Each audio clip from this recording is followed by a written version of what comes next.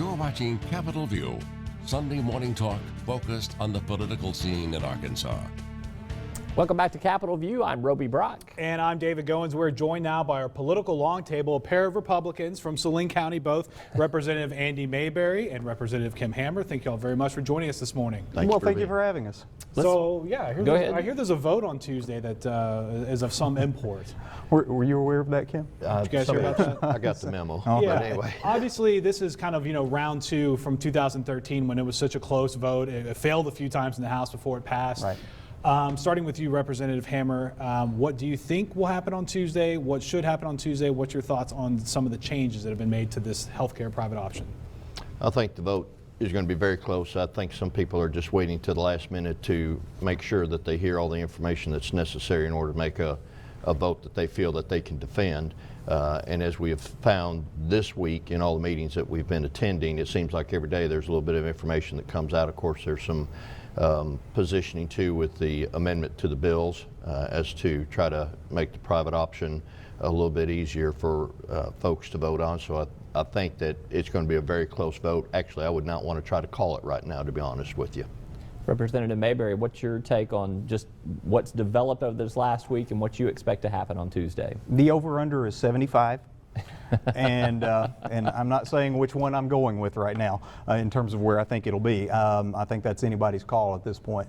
As Representative Hammer said, this is kind of similar to the debate that we just had, back in the spring in the general session, but there's some new twist to it now. Obviously, we've had implementation. We've got some data to look at now.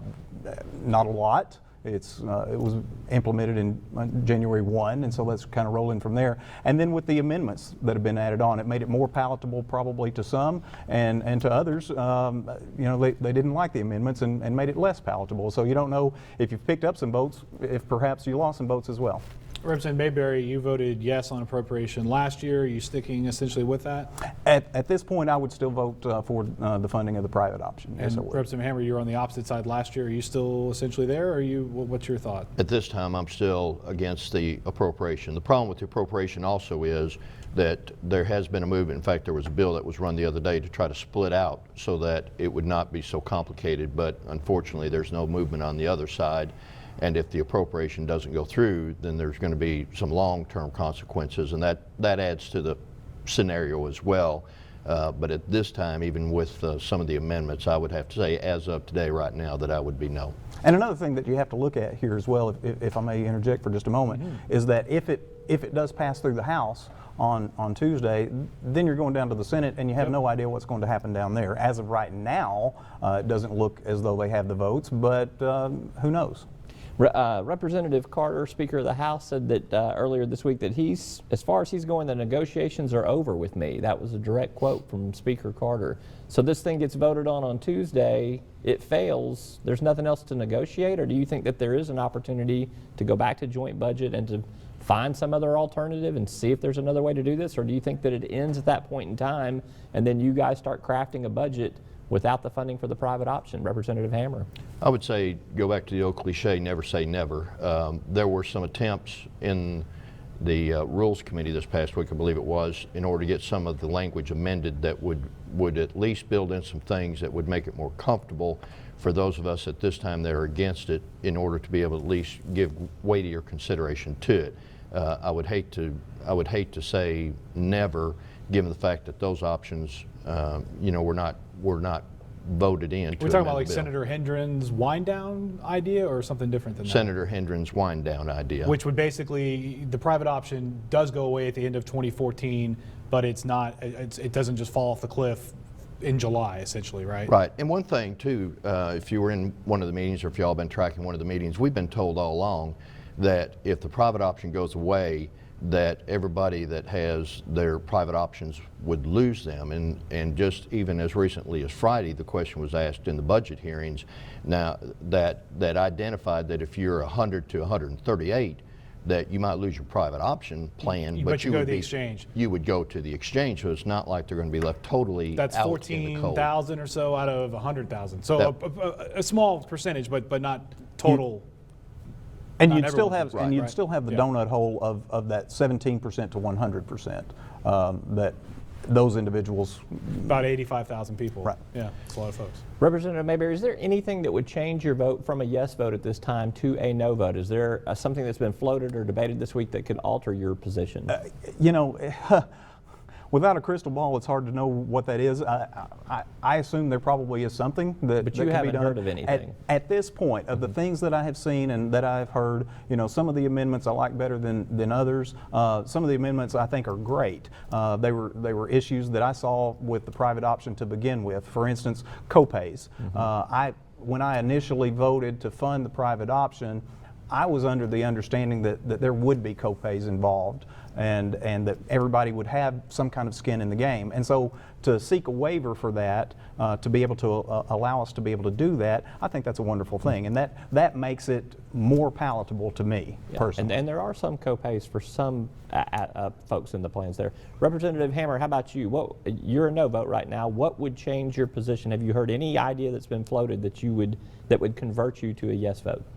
A couple things that at least have been attempted to be put on the table that I would want to see revisited. Number one was Senator Hendren's approach to give, because part of what complicates this or makes this hard to swallow is you've got so many changes coming out of Washington that it's hard to believe that we can expand the Medicaid rolls the way we have and realistically make a long-term fiscally responsible decision to be able to vote yes. What people have to remember— What big change has there been out of Washington that's directly would have affected the private option from last year to this year? I think as far as like the employee mandate, the potential, I understand this last week that there was also about the individual mandate possibly being on the table to be delayed.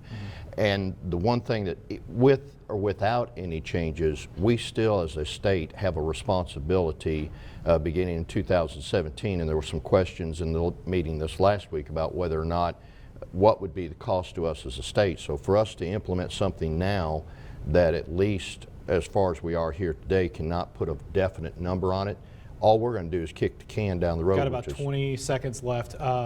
Bell's amendment, that's what y'all are voting on Tuesday. Is that enough to get it out of the House, do you think, yes or no? No. Yes. It's pretty close. And of course, obviously, if it does get out of So the I House— guess I took the over after all. Yeah, maybe 76. All right. All right. Representative Andy Mayberry, Representative Kim Hammer, thanks so much for joining us this morning. Thank you. Do appreciate it. Thank you. Thank you. All right, we'll be back to wrap things up after a quick break. I'm Roby Brock alongside David Goins. You're watching Capitol View on Sunday morning. Farm Bureau helps protect its members in more ways than you might think. They've always been the voice of agriculture in Arkansas, working on behalf of folks like me when nobody else would. And Farm Bureau stands for the values that Arkansas families care about.